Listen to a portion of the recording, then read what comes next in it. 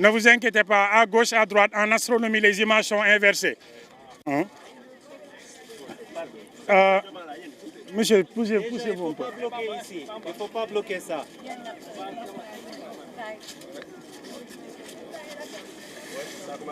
Donc vous voyez, la lune est en train d'arriver.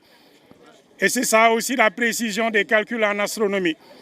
Quand on dit 18h25, à 18h25, vous voyez la lune est en train d'arriver et commence à masquer le disque solaire.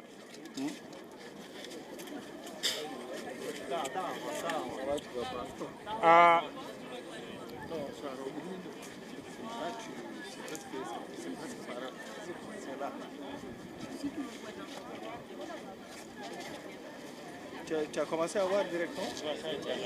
Oui, c'est à droite, c'est normal. Je pense que c'est un peu...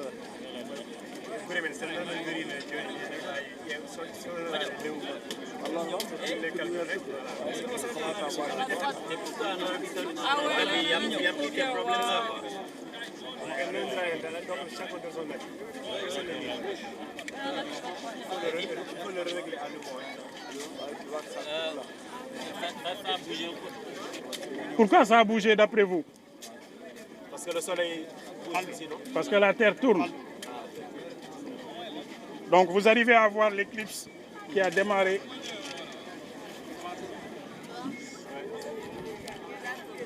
Et ce que vous voyez là, alors, la magie de la mécanique céleste, en fait, le soleil est 400 fois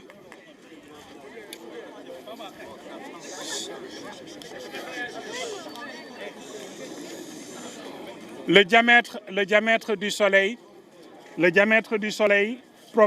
proportionnellement à la Lune va s'équilibrer parce que le soleil est 400 fois plus éloigné que la distance Terre-Lune. La Lune est à 384 000 km, le soleil est à 150 millions de kilomètres. C'est 400 fois. Et le diamètre du soleil, comme on va le voir, va être 400 fois aussi plus grand, mais 400 fois plus éloigné. Et c'est pour ça que la Lune arrive à masquer le soleil. Sinon, le diamètre de la Lune est tellement petit qu'il devrait être juste un petit point ici. Mais comme le soleil est 400 fois plus éloigné, ça se produit donc comme ça au niveau des éclipses. Monsieur, s'il vous plaît.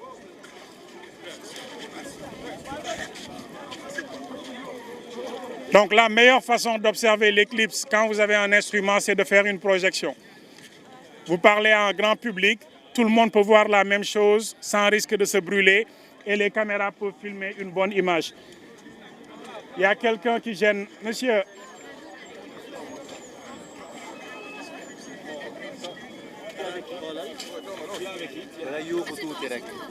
Hein? Il faut crier un peu. Les gars, ici on est en train de bloquer le télescope. Et si on le bloque, on ne peut plus rien voir. Il faut venir ici comme ça. Juste comme ça, voilà, RTS, vous avez une bonne image. Vous voyez comment ça progresse, hein?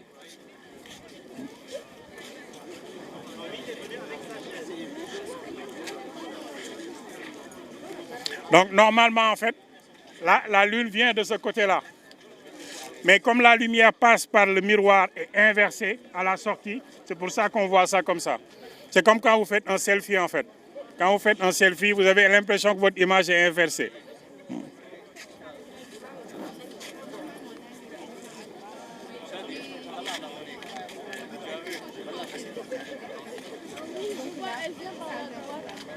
Ça vient parce que la Lune tourne autour de la Terre dans le sens inverse des aiguilles d'une montre.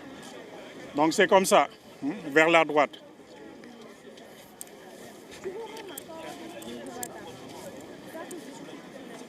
Dan,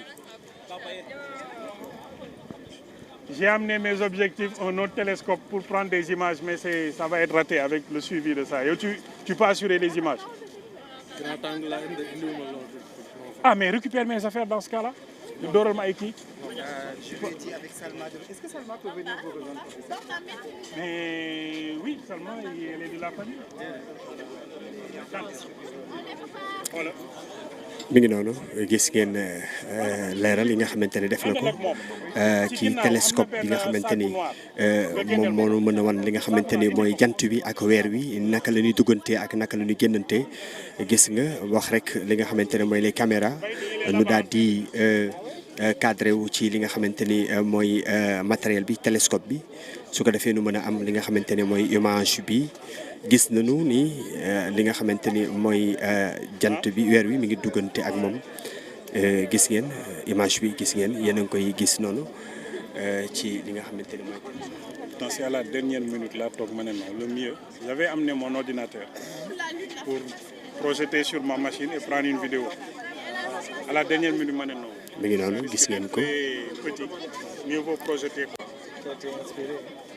wax naa ko léegi rek mu doon loo xamante ni gan la ci ñu bari ci ñun duñu xam lan mooy éclipse carrément ak lan moo koy provoqué waaye gis nga leeral yi nga xamante ne leeral nañ ko lan mooy provoqué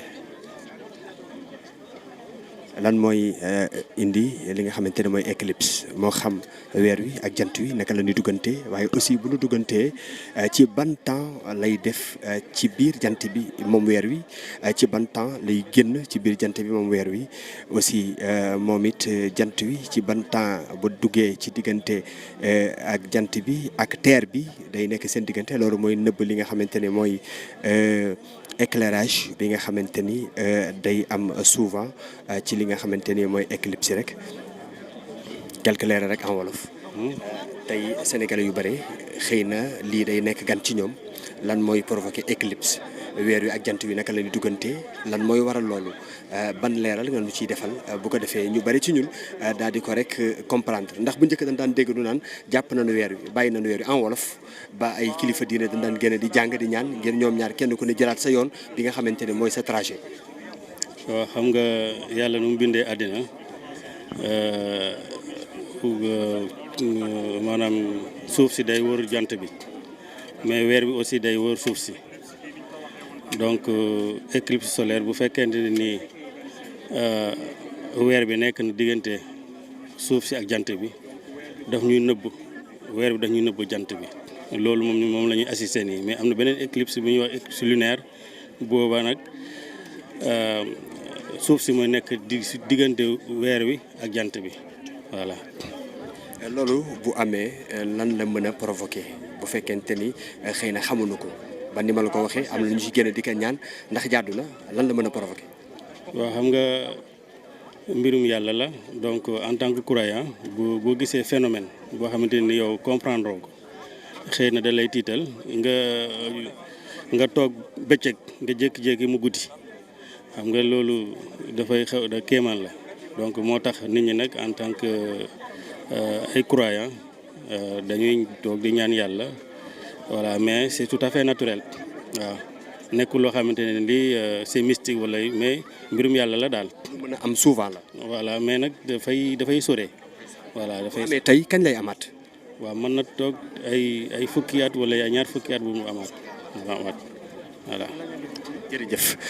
mi ngi noonu dégg ngeen li nga xamante ni moom la kilifa gi leeral ci li nga xamante ni ma ko waxee léegi mooy mbirum yàlla saa su ne rek ni ma ko waxee ni mu bindee asamaaw ak ni mu bindee àdduna kenn ku ne rek aussi mu am fu mu la jaarale muy sa yoon bi nga xamante ni war a ko wàcc moo xam jant wi la moo xam weer wi moo xam suuf si moo xam asamaaw yi moo xam ngelaw li moo xam ndox mi moo xam lépp rek ni ma ko organiser kenn ku ne am na yoon woo xamante ni moom la jaarale nga war fa jaar phénomène nag bi nga xamante ni moo nekk nii xëy na mosuñu ko dund waaye tamit aussi lu ne mën na ci am ndax buñ demee ba jant bi ñu war a leeral dinu indil bëccëg ak guddi dinu indil ngoon ak li nga xamante ni mooy suba nu jékki-jékki mënuñu nekk ci bëccëg wala mënuñu nekk ci guddi yàlla nu ci yàlla musal loolu mën na am ñu bare ñu mu tiital loolu nag mooy li nga xamante ni moo nekk ni di xew loolu nu ci ñaan yàlla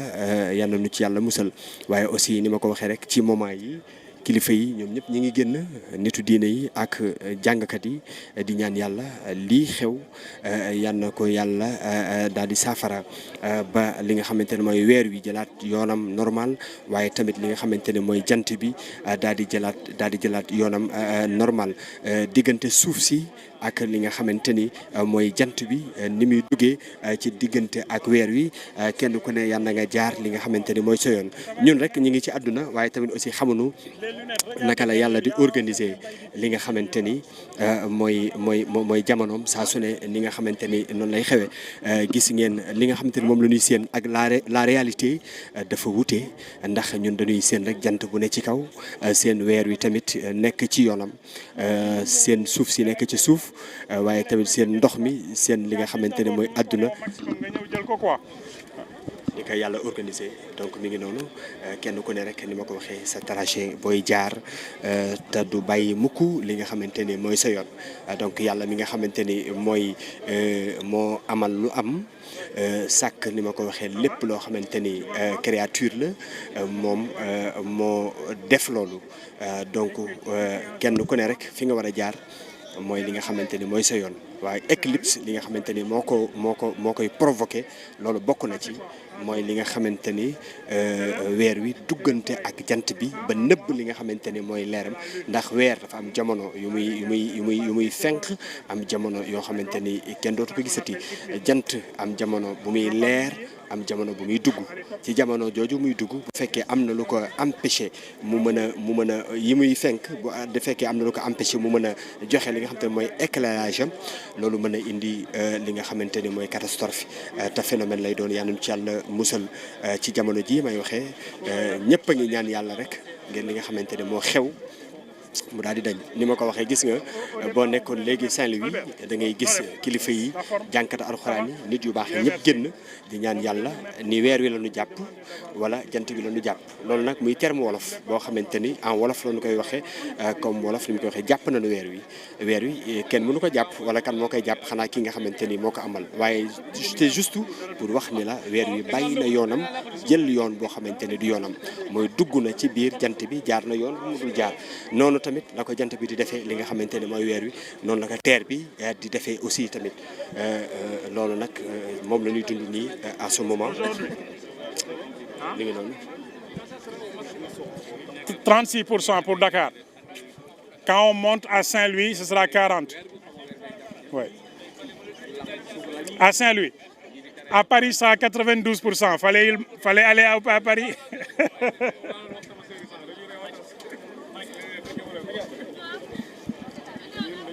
Bon, une petite pause avec les nuages. am na benn petite pause bu mu def actuellement ngir xaar tuuti nu mën a jël li nga xamante ni mooy jant bi defe naa vers 19h et quelques bu ko defee rek mu nu ñëwaat ak moom actuellement am na lu pause lan moo waral pause bi. waaw kii nuage yi ñoom ñoo làq jant bi quoi comme ni ko kii ma doon waxee waaw éclipse nuageuse la quoi. ci nuage yi bu nëbbee jant bi dootuñu mën a am li nga xamante ne waaw information bi comme ni nga ko expliqué sànq waaw. donc dañuy xaarandi combien de temps.